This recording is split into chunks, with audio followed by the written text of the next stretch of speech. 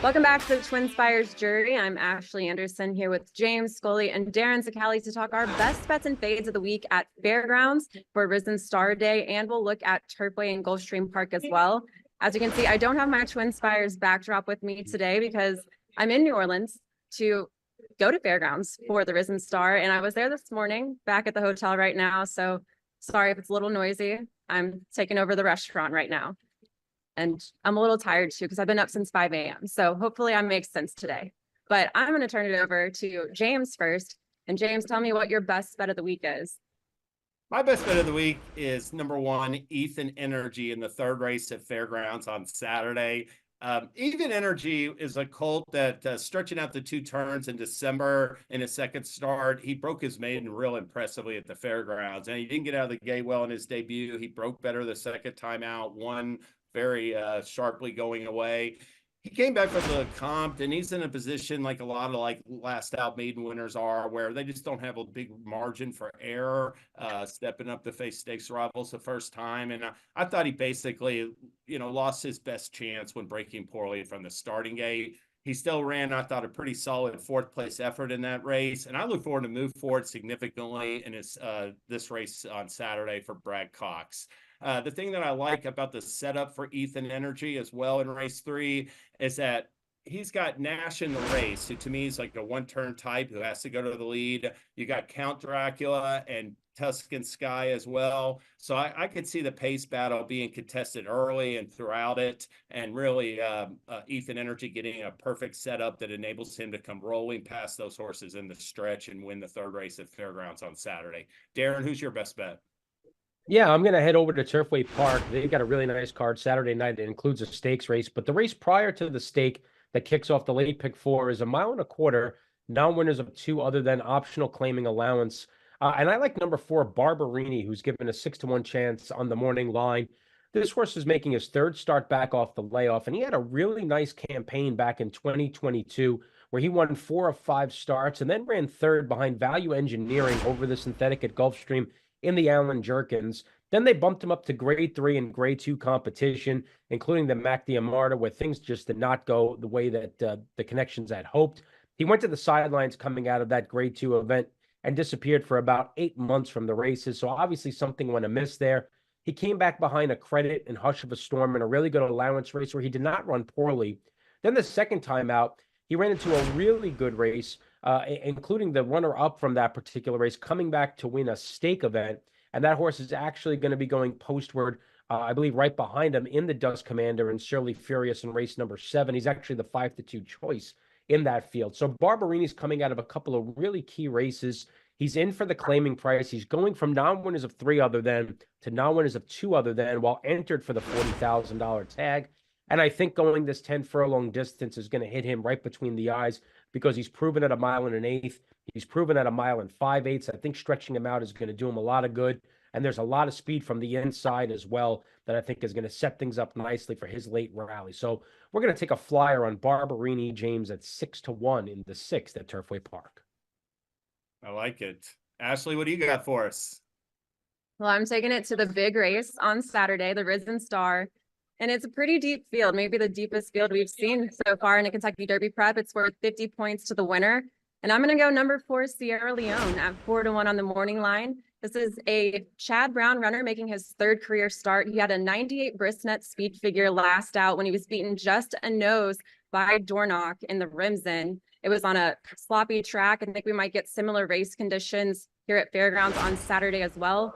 And, he got the lead in the stretch and then lost it. Dornoch rallied and got up just in time at the wire. But Chad Brown is adding blinkers. It's a 22% winning move for Chad Brown when he does that. And Sierra Leone got a 121 class rating, the highest, the best of anyone in this field. So I'm going to take a shot here. Not too much of a shot. He might get bet down, actually. But I'm going Sierra Leone. He's a $2.3 million purchase, and I think it's his time to shine now. And I'll stick with you, James, for our fade, because I know you have a lot to say about this. So tell me about it. Yeah, my fade is Sierra Leone. I've got, I understand completely what Ashley's saying, and believe me, I'm not saying that he isn't a promising colt moving forward, but this is a horse who is a deep closer that raced twice last year. He's coming back from a near 3-month layoff, and he's going up against some horses that not only have stakes experience but have a recency edge. And I wasn't as keen on the Remsen as everybody else. I mean, that was a track that was favoring speed. He was Dornick was, I mean, Sierra Leone was being asked for some speed, and he just couldn't keep up. I mean, he's dead last going down the back stretch. He's under a ride going in the turn. He launches this huge move, and then suddenly in deep stretch, he's totally out of gas and like short in stride. And that's just not a professional effort. I mean, he is anything but a seasoned professional at this point in his career. And even with the addition of blinkers, I think Sierra Leone's going to be looking to go last to first on Saturday. Good luck to him if he does it. Then, he is that really enhances his value in my mind. But I'm going to look for more down the road from Sierra Leone, and I'm going to fade him in the Risen Star, Darin. And He's got a Ashley, lot of closers. He's got a lot of closers to compete with, but I will say from being at Fairgrounds this morning, Blaze, our producer, can attest to this. He said that he saw Sierra Leone come through and he was on the muscle. As you said it, Blaze said he was on the muscle just like you always are, James. I know.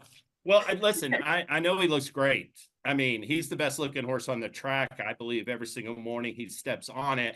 And that's why I think that 4-1 is a complete dream.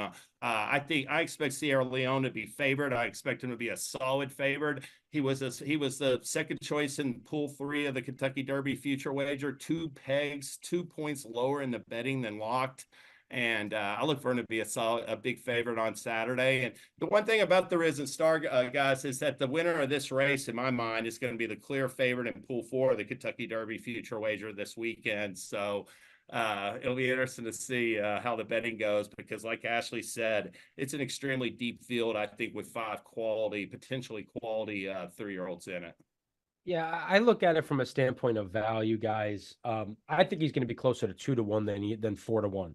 And I cannot get the image of him hanging like a chandelier in the stretch out of my head in the Remsen. And granted, there's some personal bias there because him getting beat that day cost me quite a bit of money in the pick 5 at Aqueduct. But that being said, he's supposed to look good. I mean, he cost $2.3 million for a reason. So he's going to be a physically imposing specimen. He obviously has a lot of ability. He beat a nice horse in Change of Command. Drum roll, please, did come out of the Remsen to win next time out. But like I said, he had every reason to win that race. Everything his own way. The race completely fell apart. They came home in 39 seconds. Dornock should not have been able to come back and catch him at the wire, and he did. Maybe the blinkers changed that, but if I'm betting this race, and obviously I am, I'm going to take the value between horses like Honor Marie or Hall of Fame or somebody like that kind of escapes on the tote board, as opposed to Sierra Leone, who I think is going to be half the morning line. So for me, I'm not saying he can't win. Wouldn't shock me if he did. Just a matter of value. The one cool thing about this race, the last thing I'll say, guys, I think the last 5 years, a horse that's coming out of that has come out of the Risen Star has finished first, second, or third in the Kentucky Derby. So put a circle around this race because it has major, major Derby implications based on the recent past.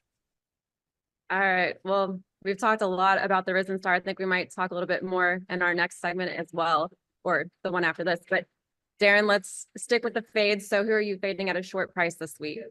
Yeah, the race that starts the All Stakes Pick 5 that day in race number 10 is the Al Stall Memorial for the fillies and mares going a mile and a 16th. I'm going to fade number 5 Spirit and Glory here off the layoff for Robert Falcone. The bottom line is I just don't necessarily think this filly is that good. I'm always a little bit dubious of horses coming in from Southern California.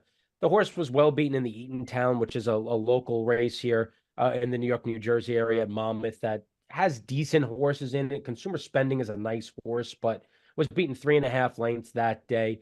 You take a look back through her history. She has never been an over-the-top sensational mare on the turf. And I certainly admit that it's not like this race on paper is anything that is completely overwhelming. But you got some horses in here that have some speed, some horses that are newly developing.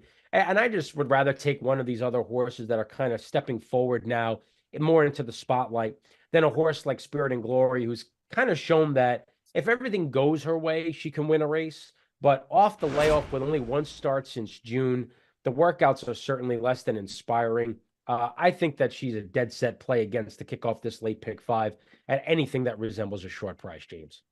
I agree. I mean, it's coming back from a 200-day layoff, and you referenced it. I mean, that Eatontown effort was just okay. She was running in the Endeavor last year at this time at Tampa Bay Downs and running like up the track at like double-digit odds. So I give her credit for coming on last year in that yellow ribbon. That was a good second that day, but she's got, I mean, no way I want any part of like a short price on her coming back in this spot against a pretty well-matched group of fillies and mares. All right. Should I move on to my fader? Is there anything else you want to say about Sierra Leone? No. Go for All it. right. Well, I'll take it to the Rachel Alexandra for the fillies, the Kentucky Oaks prep, and I'm going to fade number 6, Vivi's Dream at 5-2. This is race 13. It's a Matoli filly who has failed as the favorite in her last 2, including the Rags to Riches at Churchill last out, where she flattened to finish 3rd by 9.5 lengths to West Sunset, who's got a stablemate in this race as well. And she'll likely get, similar conditions to that race in the Rags to Riches. And she's coming off a more than 3-month layoff for Kenny McPeak. Her last win was 3 starts back at a mile in the Pocahontas, and she struggled since stretching out farther. So I'm fading her. I like Alpine Princess for Brad Cox, especially because Florent Giroux's in the saddle, and Brad Cox and Florent Giroux have won this race twice paired up together. So I think there's some better fillies in this field. I'm going to fade Vivi's Dream in this spot. James, I was kind of interested in this. I'm curious for your take. When I looked at this race, Vivi's Dream is the morning line favorite, and horses that are longer than her are Intricate, Alpine Princess, and West Omaha. Wouldn't surprise me if all 3 of them go off lower than Vivi's Dream. Yeah, I know. It's like, I mean, Vivi's Dream is like a little bit to me like Sierra Leone among the fillies. I mean, she's got this big reputation, but to me, she really has something to prove stepping up against a pretty deep group. I agree. I like Alpine Princess too. I think Intricate might be the slight favorite because that was an awfully impressive performance in that Goldenrod, and I certainly respect her chances. But I give the edge to Alpine Princess off that untappable, and I just think it's a dynamite back-to-back races on Saturday with the Rachel Alexandra and the Risen Star. Both races look top-heavy. And Darin, I think we might have some promos for Risen Star Day. Of course we do. For our friends down at the fairgrounds, they're actually going to be the featured track on a brand new promotion that kicks off this week. It is the Road to the Kentucky Derby Profit Boost. So basically, every weekend from now through the end of the Kentucky Derby prep season, obviously, there will be a Kentucky Derby prep race somewhere. We will feature that racetrack that we select for that particular day.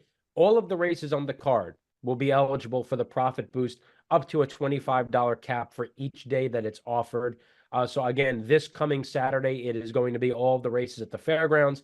And as we move through the prep season, depending on where the prep races go, we will update that each and every week, and we will list which track is going to be featured. But of course, with the Risen Star Stakes this week, we will be focusing on the fairgrounds. And on top of that, we also have a Hit It and Split It Saturdays at the fairgrounds for the late pick 5, $2,000.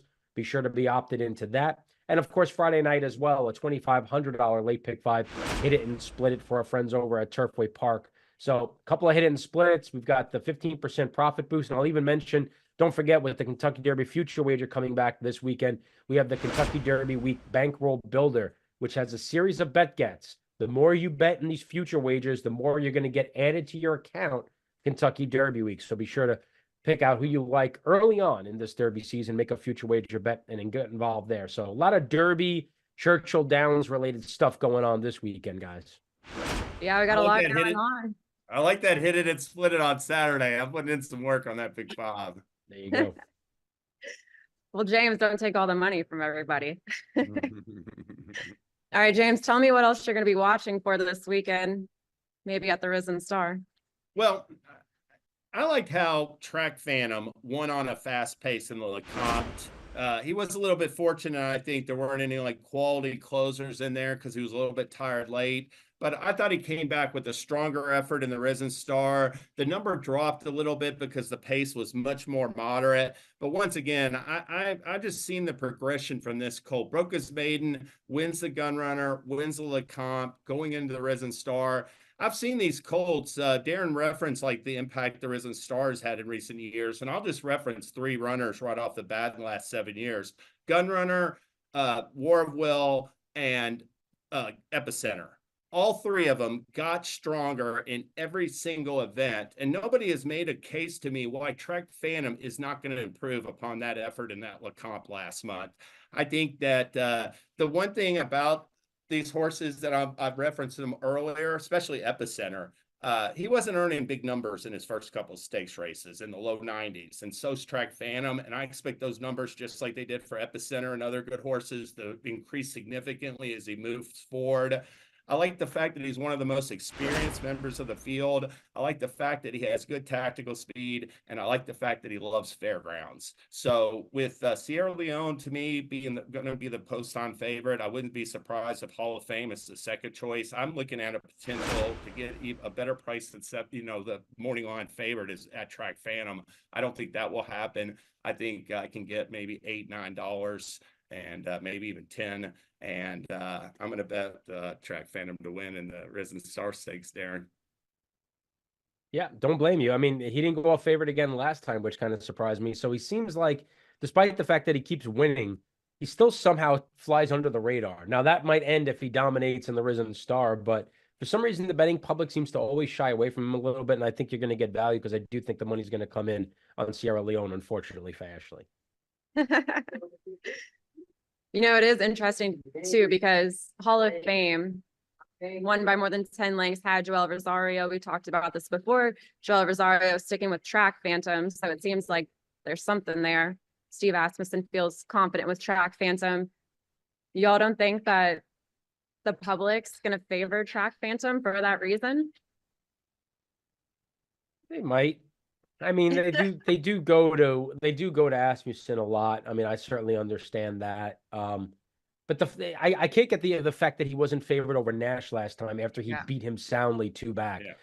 Like if he's not going to be favored in that race, what race is he going to be favored in? And he might be. Maybe he goes off 5-2, and I'm a little bit caught off guard by it. But I just think that people have like this big circle around Sierra Leone that for some reason they've all been waiting to bet him back off that effort that I think is kind of inflated. And he goes out for Monster Connections, and he costs over $2 million, and so on and so forth. So, and it's the same thing. A little in Hall of Fame is a little bit of the same thing where he's got the connections. He costs over $1 million. He's a big, strapping, great-looking colt. You look at Catching Freedom in this race, and none of us have mentioned him. But he's been favored in all 3 starts at short odds, comes off a win in that Smarty Jones. That race produced Mystic Dan, who won the Southwest a couple weeks ago.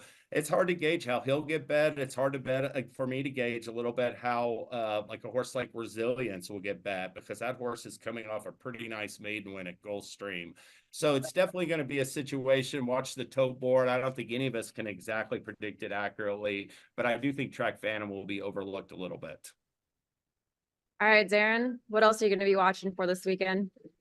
Yeah, I'm going to head over to South Florida. There's a race at Gulfstream Park that caught my eye. The 10th race, which is a second level allowance event, has a couple of horses that are coming off of old Kentucky Derby trails. And we'll start with one from last year, a name that a lot of people are going to remember, Instant Coffee, the winner of the 2023 LeComp Stakes, who was the favorite in the Louisiana Derby, is making his return to the races off about an 11-month layoff. This horse was sent down to Florida after having some bone bruising coming out of the Louisiana Derby and a workout as they were thinking about getting this horse ready for the Preakness. Al Gold, who is the owner of Gold Square, sent the horse to Brittany Russell. He said he likes to have the horses down in Florida because he's there about 8 months out of the year, gets to watch them train. So this horse, good to have him back on the comeback trail and add him to the older division. And he's going to be racing against, among others, Barber Road, who was a horse that was on the Kentucky Derby Trail a couple of years ago for John Ortiz and actually ran 3rd in the Rebel, ran 2nd in the Arkansas Derby. Did not run badly at all in the Kentucky Derby, beaten less than 5 lengths, but he did get a win at Keeneland last spring. But he has not been seen since making the lead in the Blame Stakes and tiring last year. So he's been off for about 7 months as well as he tries to make his comeback at age 5. But it's an interesting race. Neither of those horses have to win. Lure Him In, who won at this level 3 back and won the Sunshine Classic last time out, is in this race. There's a couple of other horses like Classic Car Wash, who actually ran in the Bluegrass last year and was 2nd in the Tampa Bay Derby, and a couple other now horses that have been developing as well. So the 10th race at Gulfstream caught my eyes. It's got a little bit of star power to it, James. It really does. And I think it is exciting to see instant coffee, but I think it's awfully tough to take a price. I mean, you're basing it off of like these juvenile races against restricted company. He ran one race early in his 3-year-old season before he went off form in Louisiana Derby. And it's asking a whole lot, Darin, to run against older horses and, bet them at a short odds based on juvenile form. All right, well, before we close things out, I was going to mention one other Kentucky Derby prep race on Sunday. It's the Sunland Park Derby, a grade 3 event. And one interesting note, we talked about Steve Asmussen, Joel Rosario. Joel Rosario is heading to New Mexico to race in the Sunland Park Derby, and he'll be aboard one of Steve Asmussen's runners there as well. Informed Patriot. We also have the Sunland Park Oaks. Both of these races will award 20 points to the winner. And so an interesting thing to watch out for, will Joel Rosario get a win in any of these races this weekend? I think Informed Patriot has a shot here, finished third in his last 3, but kept running into some pretty tough competition and maybe a little bit lighter in the Sunland Park Derby this weekend. So that's going to be my pick for Joel Rosario to get the win, not Track Phantom, but I know, James, you're counting on that. Yeah, exactly. I'm counting on him, Track Phantom. And you referenced it. I thought that race came up pretty good with the runner-up from the Los Al Futurity shipping in for the motto. And even Lucky Jeremy, I like that Churchill Downs maiden win 2 back, and that was a really nice performance in the Raleigh Allison Futurity. So he's got a shot for Bill Morey. So a race to check out on Sunday, the Sunland Derby. All right, well, that's all the time we have for today. Be sure to check out those promos for Risen Star Day, and we'll be back next Thursday with more best bets and fades.